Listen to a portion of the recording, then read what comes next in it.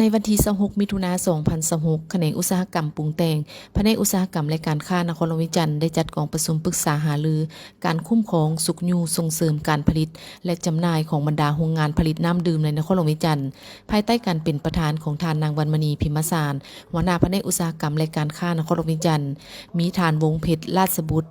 หัวหน้าแขนงอุตสาหกรรมปรุงแต่งพร้อมด้วยหัวหน้าแขนงการประธานสมาคมน้ำดื่มและภาคส่วนเกี่ยวข้องเข้าร่วมอิงตามตัวเลขสถิติการจัดตั้งปฏิบัติในปี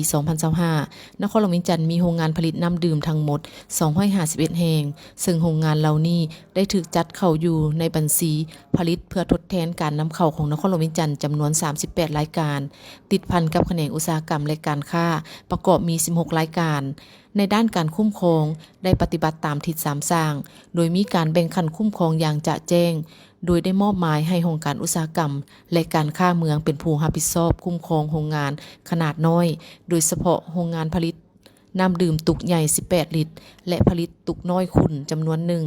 ส่วนโรงงานขนาดใหญ่แม่นกรมอุตสาหกรรมปรุงแต่งกระทรวงอุตสาหกรรมและการค้าเป็นผู้พิจารณาและคุ้มครองกองประชุมครั้งนี้ยังมีการเสนอให้ผู้ประกอบการโรงงานปรุงแต่งและหัตถกรรมและโรงงานผลิตน้ำดื่มเอาใจใส่ปฏิบัติระเบียบกฎหมายอย่างเข้มงวดสุกยุให้ผู้ประกอบการมาจดทะเบียนเครื่องหมายการค้านำกรมทรัพย์สินปัญญา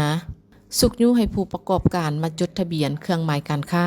นำกรมทรัพย์สินทางปัญญาโดยผ่านแผนกอุตสาหกรรมและการค้านครหลวงวิจันทร์และให้บรรดาโรงงานสรุปรายงานการผลิตและจำหน่ายให้แขนงอุตสาหกรรมและการค้านครหลวงวิจันทร์อย่างเป็นปกติ